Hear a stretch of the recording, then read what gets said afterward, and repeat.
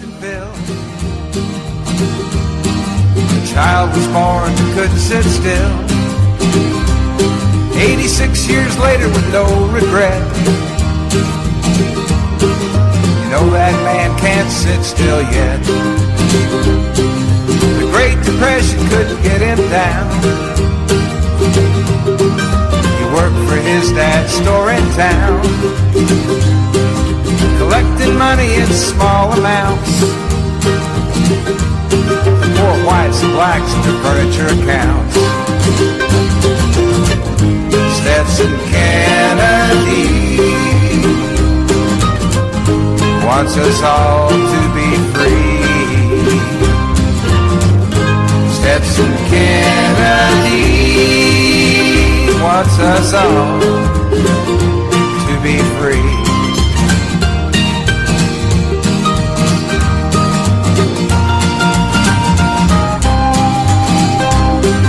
As he'd collect, he'd talk to folks. He'd hear legends, tales, songs, and jokes. Now this fine treasure he'd record and write. He was colorblind, didn't see black and white. Writer's project for the WPA. Zora Neale Hurston, he earned his pay. Crackers and blacks, they talk for hours. It was a barefooted history of this land of flowers. The Weekman was on the 3rd of March 2018 from WBRN Radio in Boston and on the Boston Red Network. We'll start with the northeaster that has battered the Commonwealth and has departed. The headline, Wind Flooding Wreak Havoc on the Commonwealth. This is in the Globe. Power northeaster marked by surging seas, battering winds, toppled power lines, flooded parts of Boston, the coastal communities in the Commonwealth. On Friday, the second time this year that low-lying sections of the state have been inundated. As many residents hunkered down, a tide surge swamped the decks of luxury waterfront condos in Boston and then poured through the roofs of the Aquarium, the MBT station, and flooded the site of the future General Electric headquarters in Fort Point. In Quincy, one of the communities hard hit by the flooding, a mother clenching her child in her arm was rescued by a boat in Woodburn. A woman walking on Main Street was struck and injured by a falling tree. So a combination of things happening here. It has, if you've been asked to evacuate your city or town, please do so immediately. That was from old Charlie Baker on Friday night at the Mass Emergency Management Agency in Framingham. Baker said he was concerned about having to send out rescue personnel in the dark under these conditions. In Quincy, the National Guard helped evacuate 300 people from their C Street homes by 11 p.m. The police chief said there, Paul Keenan. On the South Shore, communities urge residents to stay off the roads ahead of the midnight high tide. And these reports coming in, the Weather Service said high tide Friday in Boston registered 4.67 feet shortly after 11 a.m.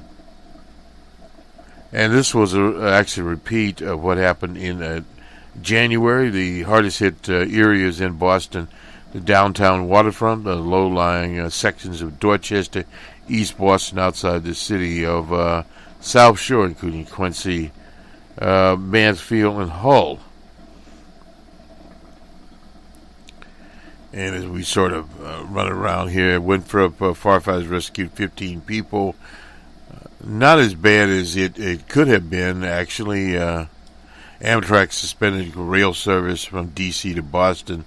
The MBTA's main subway lines were operating mostly on a schedule, but the T closed the Aquarium stop on the Blue Line after water poured into the platform. They used buses on the Green Line between Newton, Highland, and Riverside stations after trees fell on the track. So, combination of what happens in a typical, more or less type hurricane season, but here we have high tides, a little variation on that for people out in various other areas. In Revere, Eileen Munnis, who lives on Pearl Avenue for 54 years, said the storm was the worst than the legendary blizzard, and remember that one, of 1978 when she had 5 foot of water in her basement. She stayed home Friday, worried she'd lose power. She was scared. If I lost my suck pump there. So things turned out better than expected for some, as usually does in these storm situations here. Winds and damage, of course, behind me. And the next day you see it.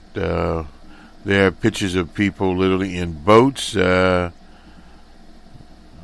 in a kayak, actually. A young man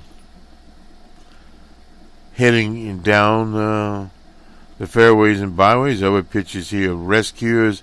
A whole bunch of pictures on the front page of the Globe. What the storm blew in, what the storm left behind.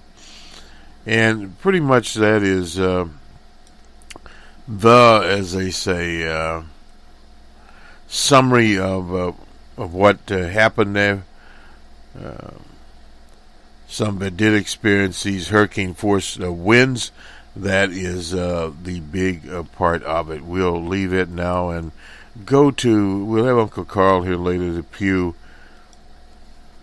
A story we looked at with a little bit of, it's a story that's several months old, in the development that is. Teenagers in the state of Kansas, a very Republican state. Yes, Dorothy left the state a long time ago.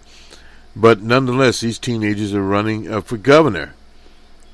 And one of the teenagers was lucky on Valentine's Day to land in a spot on the Soledad O'Brien show, Matter of Fact. He was invited, his name was Tyler, and he was invited to Washington for the Thursday morning show. The producer offered stipulation that he have an adult chaperone. Of course, he's 17 years old. He didn't need an adult chaperone. But he did have a job at Hy-Vee, and he had to find a replacement there. And he finally found one there at the grocery store. Talking to a woman here. This is from the Post. Or you back up to 35 hours. This is typical in retail grocery. Tyler Ruzek, for people my age, Tyler said, back in his car, he has this, I believe, old car. The old man's principles aren't working. In Alexander Hamilton's time, someone my age could be commander of a frigate. The founding fathers considered a 17-year-old would be governor. And there's a bill introduced there, we'll get to it in a minute, in the Kansas legislature to make only an elector eligible to run for governor, which means you would have to be 18. You couldn't be the age of these teenagers. But the teenagers nonetheless are out there, and this Tyler is the most liberal, calls himself an Eisenhower Republican. He supports LGBTQ plus rights. He supports protecting the oligarch aquifer water table in the Great Plains. He often found himself tangling with even the libertarian who opposed him on almost every issue. No doubt about that. And a lot of those characters around. They've now infiltrated the teenager world. And we started with the Kansas City Star to try to see what was going on there. Tyler and Dominic arrived. This is a Hillsborough debate a few minutes late there. They had a little debate there. Even the Libertarian wore a t-shirt, "Don't tread on me." Don't step on, anyway, whatever. How about this? Don't tread on me. The candidates talked about tax rates, their views on abortions, and the teenage audience members that went to the mic for the questions. Tyler, do you plan keeping the concealed law the same? If not, what do you plan to do? Tyler nodded. I believe, first of all, the Second Amendment needs to be upheld. However, I still believe that when it comes to now, wait, I have everything controversial. I haven't said anything controversial yet. This even began to protest anyway. This Dominic's another individual here. His sister goes to Kansas State, citing the campus has permitted concealed weapons. Professors do not feel safe there. It's just been into madness. Well, yeah, I mentioned professors don't give very good grades. They could be shot up. And nonetheless, Tyler and his mother were driving to the airport. That was on Valentine's Day. The story out of Florida is broke. The murders at Parkland Hospital, and they watched David Hogg on CNN. Said, we are children. You guys are adults. So you need to take some action.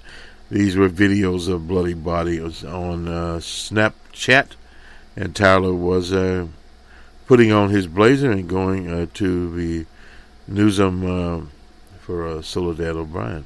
Soledad O'Brien used to be on NBC. Now she's on the right-wing station. Oh, how far have people fallen? And we'll get to a little bit of her later with this OJ program coming up. Anyway, Tyler had bags on his eyes. AP examined he needed to register her and how he needed to be back in Kansas that evening because he had to be in school the next morning. His voice was a little hoarse, but yet he carried on.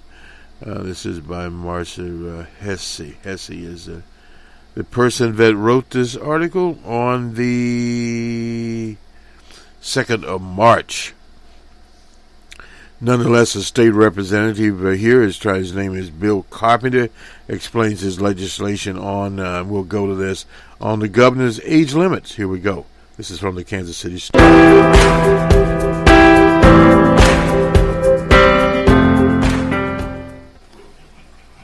Hi, I'm Blake Carpenter, State Representative for District 81. Today, I'm here in the Governor's ceremonial office at the State House.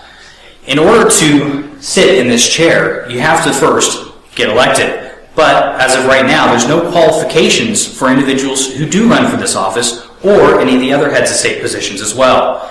And so I have introduced a bill called House Bill 2539. It has made it through the committee process and is now on the House floor. We will hopefully be debating that as soon as next week. What this bill says is that you must be a qualified elector in order to run for these types of positions. A qualified elector means that you have to be at least 18 years of age and a resident of Kansas. If you wanted to run under my bill for governor or lieutenant governor, you also have to meet a 4-year residency requirement.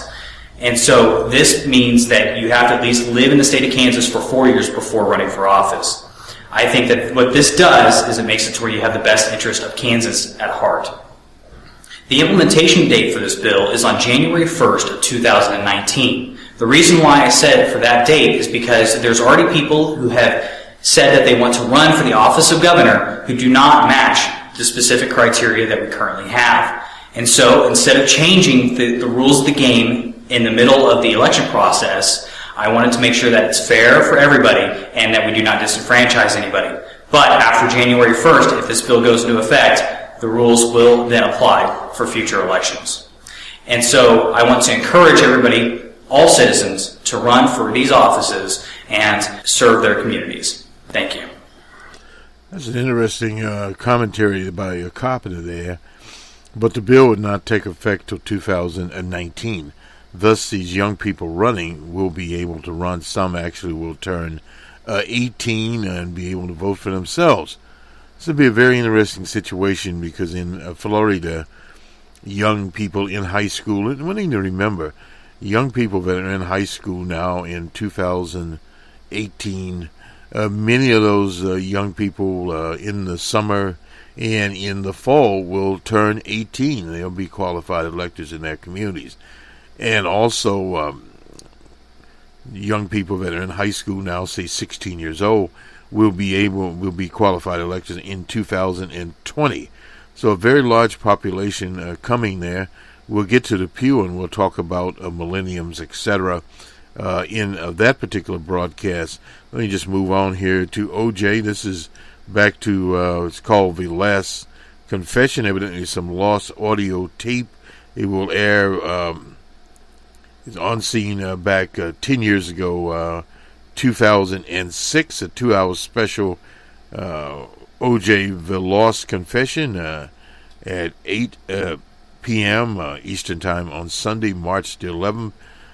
Fox said Thursday the Solar Dad O'Brien is the host. So poor Solar Dad O'Brien is now running around these various right-wing stations. The publisher here was Judith Regan. Had interviewed OJ for a book to be published by HarperCollins imprint, Regan Books. But it didn't happen. In response to it was an outrage. Regan was later fired, and her imprint disbanded. Fox, which, like HarperCollins, was owned by News Corp, plans to air the 2-hour, the 2-part special before the book was published. The video was shelved at the Fox studio and evidently lost. Now it has been found, and the All-American hero OJ will be featured in this interview. Dad O'Brien will air it, and this is from Lynn Elber from the Associated Press. So we picked this up. It actually was in the Hutchinson, Kansas News. So as we sort of move from one particular situation to another particular situation here, let's see what else we can find. Oh, the Stormy Daniels story is out here.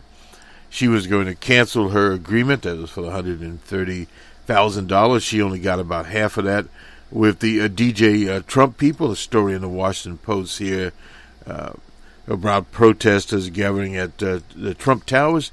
One of the things to remember of this story about these various women did get some traction.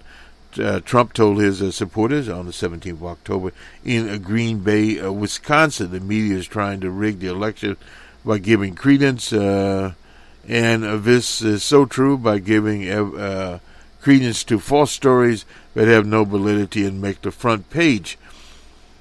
They take stories with absolutely nothing that don't exist and put them on the front page news because they want to poison the minds of the voters. And this was actually a lie. It wasn't poison the minds of the voters. It actually exists. The timing of the 27th of October payment, 13 days after the initial deadline, just 12 days before the election. Would this have been a sentinel moment? It probably would have if she would have came out and been on national TV. Now there are complaints filed. Progressive research group American Bridge argued that Trump had been interested only in protecting his reputation, no doubt about that, and had secured Daniel's silence in 2011 when she spoke with a reporter after the alleged affair. So it's pretty much settled now that the affair did take place. The complaint said Cohen waited until October 2016 when Trump faced the prospect of a news story about his marital infidelity, they call it. Second complaints by Common Cause, been around a very long time. The watchdog committee, the fact that the payment was made immediately before the presidential general elections, strongly supports Common Cause claim that the payment was about the election to influence the election. That's Paul S. Ryan, Vice President of Public and Litigation at Policy and Litigation at Common Cause. And they compare this to John Edwards, if you remember him. He was a candidate for president in 2008. A major candidate for president was forced to drop out by a extramarital affair. Now, so the times were different. He was finally tried. The jury acquitted him on one charge, deadlocked on the others. Edwards had been a very successful trial lawyer. He's back to being a very successful trial lawyer. Remember going and seeing him with a woman I was dating at the time, and old Edwards lied to us, but then he later dropped out of the race. It was the end of old Edwards there. He went to New Orleans, if I recall, and dropped out. But nonetheless, John Edwards was a very potent person. He came in, I believe, second in Iowa in that primary behind Barack Obama. And evidently he later endorsed Senator Obama of Illinois, who defeated Hillary Monster Clinton. Nonetheless. So he issued a statement. This is back to Cohen here, with his own personal funds to facilitate the payment. He said neither the Trump organization nor the campaign, anyone believes that, would buy the Brooklyn Bridge 5 different times. 2 other complaints focused on the payments to Karen McDougal. Now, she was a former Playboy model who told the New Yorker that she had a 9-month affair with DJ Trump. And the National Enquirer plays into this also. Complaints filed here by Common Cause, Free Speech for People, groups that seek to limit corporate money. And the White House dismissed the allegations as false fake news, despite the levels of hysteria, partisanship in American politics, etc. The FEC may launch an official investigation only if all 4 current commissioners, 2 Republicans, Democrat, and an independent agree to. Now, this is kind of rigged up right here. They may never have an investigation out there. With Daniels, it involved a celebrity golf tournament at Lake Tahoe. Now, this was way back in 2006. So, nonetheless, Daniels was riding, and that is documented. There are pictures of the Escalade golf cart on the course. She told a trade publication, Adult News, that she was doing something right. She reported in January that month leading up to the 2016 election. Daniels told outlets about the affair, said she was paid in exchange for her silence, and in May of 2011 she gave a lengthy interview in Touch magazine. So she'd been in various magazines talking about this all along, no doubt about that. Now, 2 House Democrats on Friday called for the FBI investigations of payments to Daniels and McDougal. Representative Liu and Catherine Rice of New York, Liu of California, both former prosecutors.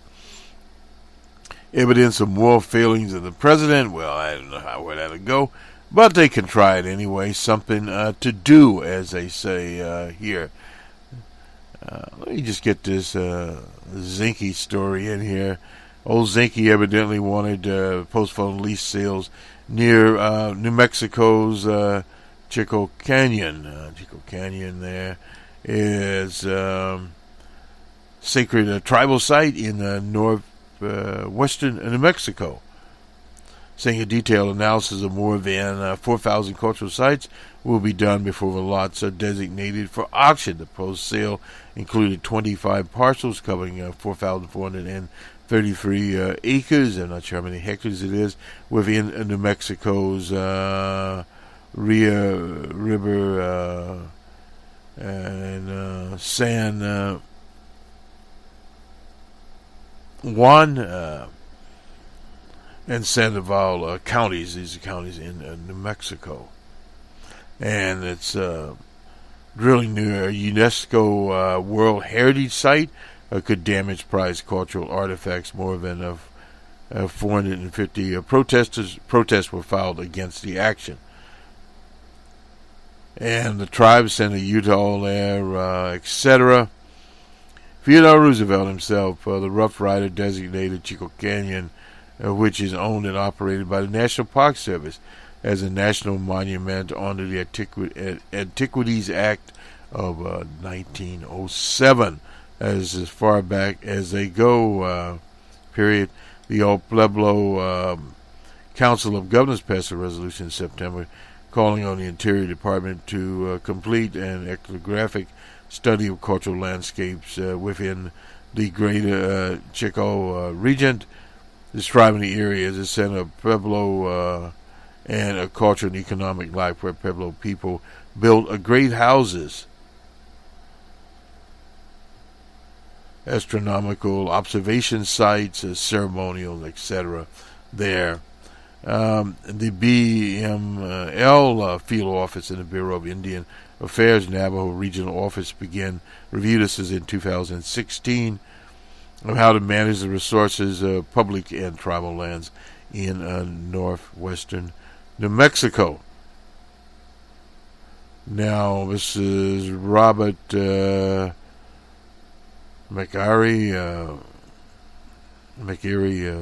spokesman for the New Mexico Gas and Oil, said that his industry wants federal officials to ensure that any auction complies with existing laws. Well, forget about him. Anyway, he got his input in and his 2 cents worth there, and that's it. We haven't talked this week about these tariffs that old DJ is up to in Canada, a top exporter of steel and aluminum, aluminium, what do you want to call it, to the U.S. is flabbergasted by DJ Trump's tariff proposals. Now he's proposed to put 25% tariffs on steel and a 10% on aluminum, aluminium. Anyway, those are the tariffs there. The European Union has reacted to it. He's accused China of forcing U.S. steel and aluminum companies to fold by inundating the market with cheap materials. Canada is the largest exporter of steel and aluminum to the U.S., supplying $7.2 billion of aluminum and $4.3 billion of steel to the U.S. each year. So it's a big payday for Canada. So these new tariffs would hurt them. And that's one of the consequences there. The Aluminum Association of Canada said that his industry has been integrated into the U.S. economy for more than 50 years. The Pentagon considers the Canadian aluminum production a strategic military supply, getting into a lot of different things. We're by far the largest supplier to the U.S. with annual output of 3.2 million metric tons of aluminum coming from 10 Canadian smelters, and 90% of that output heads south of the border. And let's see, it goes on to say here that 9 of 15 U.S. aluminum smelters have closed in the past 4 years, but he blames the demise on a surge of Chinese production. This is Gene Samard. Anyway, it doesn't matter. These things, what happens here is that tariff on one product, one industrial sector, there can be retaliation on a product, a different sector. A lot of these are going to hedge around agricultural production and agricultural states. Many of these rural states voted for DJ Trump. So that's going to be an issue out there. It's going to be ongoing a period. Canadians are now finding themselves being considered a rival by the U.S. president. As from a poster in 2000, Canada accounted for 10% of global aluminum output and now accounts for 5%. China rose from 11% to 55%. That's according to the Canadian Association. China will just sell their wares elsewhere. So again, this is part of the tariff business. DJ Trump has decided that he loves trade wars. Well, trade wars cut either way. It depends on, obviously, the sector.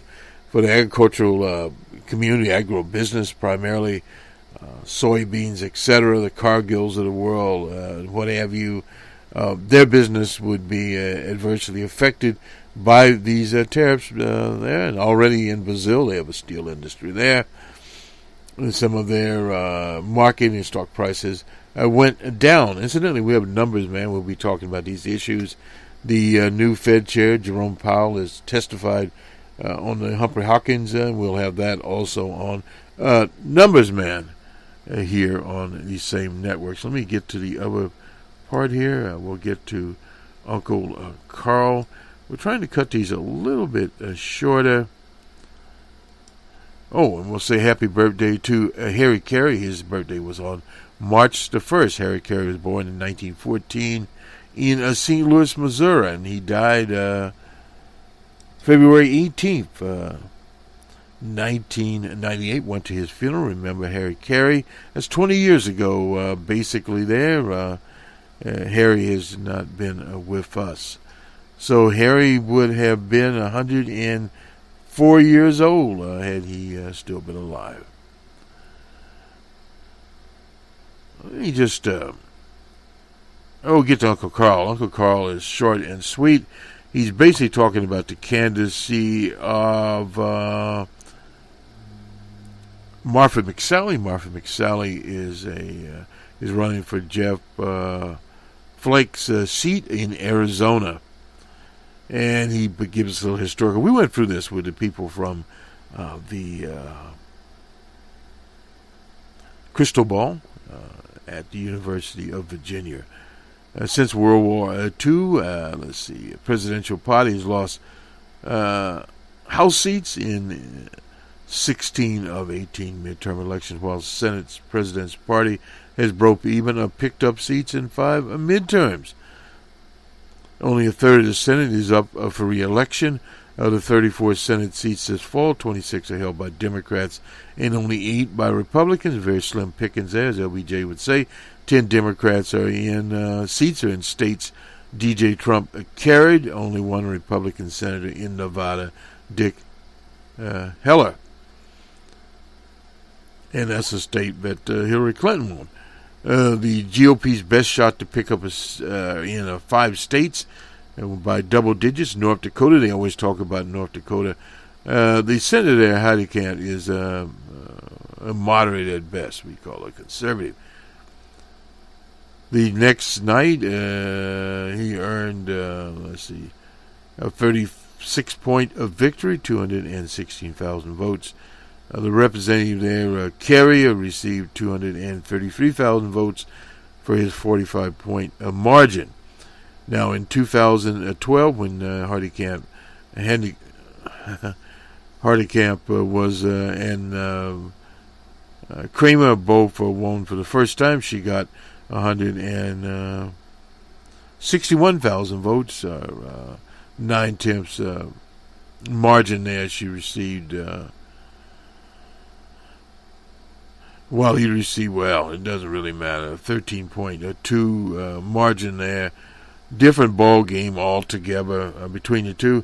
Heidekamp's voting record offers Republicans plenty of ammo. She voted against Kramer and the state's populist senator. He's a representative, John Halvent, on issues like tax cuts, healthcare, energy. But she also voted with him. Kramer's a super grassroots campaigner, in fact, in a state where politics is personal, no doubt about that. Voters are clustered on the right of center. Then there's Arizona. We're talking about Arizona. That's Jeff Flake in Arizona. This McSally went to the Air Force Academy. She was a combat pilot in the Gulf War, first woman to command a fighter squadron. She's also successfully sued the Department of Defense not to wear her headscarf or base. Anyway, after beating an incumbent Democrat by 161 votes in 2014, McSally was reelected with 57% of the vote by 13 points ahead of Trump in Arizona. Well, she's faced kind of interesting race. She's facing old Sheriff Joe, the former sheriff of Maricopa County, Payo. And he said, well, after being found guilty of racial profiling, Payo, incidentally, is has been endorsed by DJ Trump.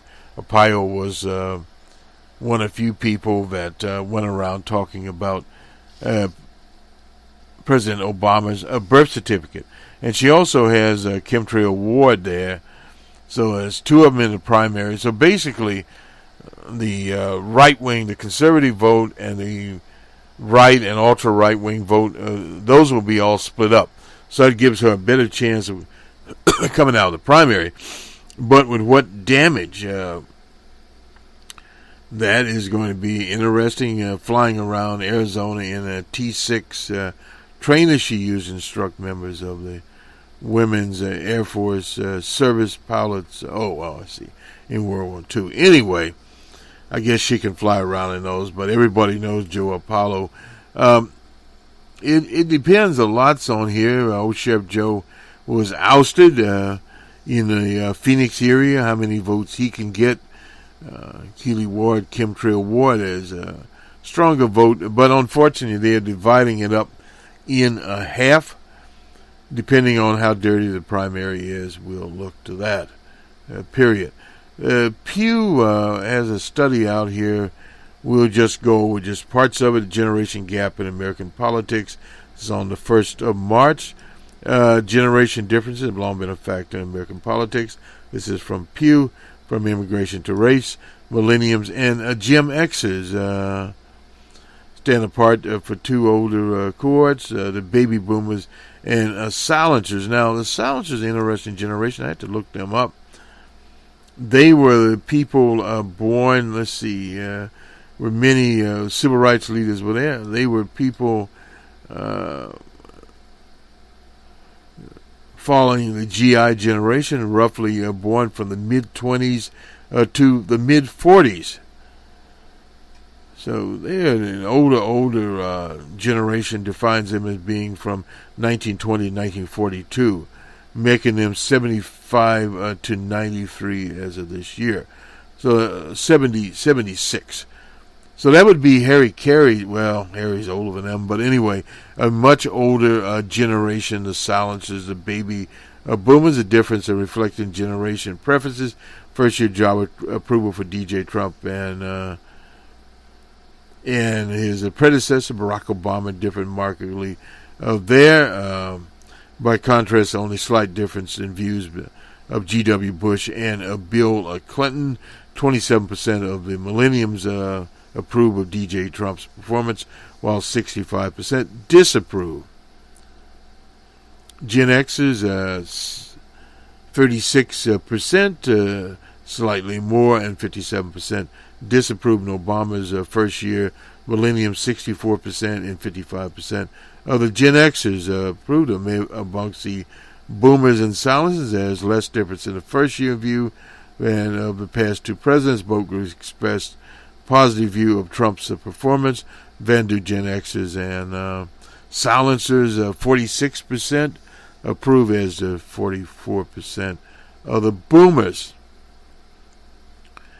The generations also considered less likely than millenniums to approve of President Obama's early performance. Among silencers in particular, nearly as many approved of Trump's performance as approved of Obama's, 49% there.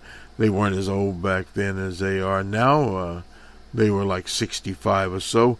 They examines the attitudes and political views of millennials, defined as the generation born between 1981 and 1996. Those born in 97 weren't included in this.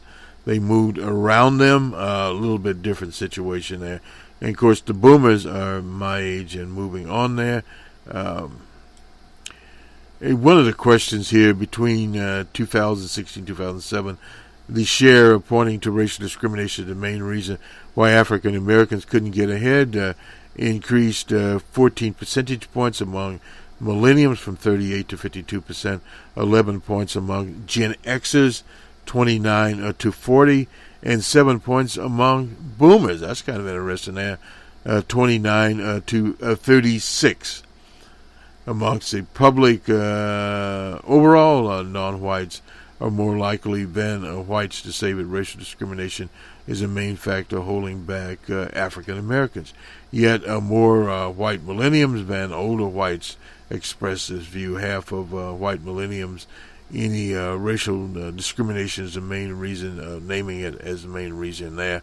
35% of the Gen Xers say this. 15% are higher than any the older generation. 35% of the Gen Xers. Now, the boomers, the largest majority of millenniums, 79%, double digits increase in share of each generation, saying immigrants strengthen the country. The Gen X is 66%, the boomers 59%, and 47% of the silencers. But there's fewer silencers around these days. Diversity, more than 4 in 10 millenniums currently aged 22 to 37 are Latinos. 21% are African Americans, 13% are Asians, 7 and others there. So this is sort of how these people fall in here. In religion, basically 9 in 10 silencers identified religion, mainly Christianity. And amongst the boomers, 8 in 10. And amongst the Gen Xers, by contrast, 1 in 3 were religiously unaffiliated. So this is why we brought this to you. And now we'll go to sports. And today we tuned in to a Cubs game. They were playing the Angels, of course, in Arizona. Cubbies finally ended up winning the game 6-4 on the Major League Baseball network there. So we'll be toying around with some of those games, toy around later today. We usually listen to at least parts of 1 or 2, maybe perhaps 3 games. It's a little hard sometimes to get the precise number in, but quite a few, particularly in spring training, where we get to hear about some of the younger prospects out there before the season starts that we are not familiar with. Obviously, there's so many new additions in spring training. You have a lot of people that are new to baseball, and also people that are in the minor leagues here, and hopefully we'll get ESPN up so we can tune in to the NBA and what have you, and having a little bit of a problem with ESPN at this point in time. But if we start looking at the polls here and where people are going, a little early here, we're in March, and it does take some period of time actually for us to start getting concrete results in. It'll depend obviously in places like Arizona, where we get these hot contests. Could get 2 contests actually in Arizona for Senate seats, depending on the situation with Senator McCain out there, who is battling heroically brain cancer.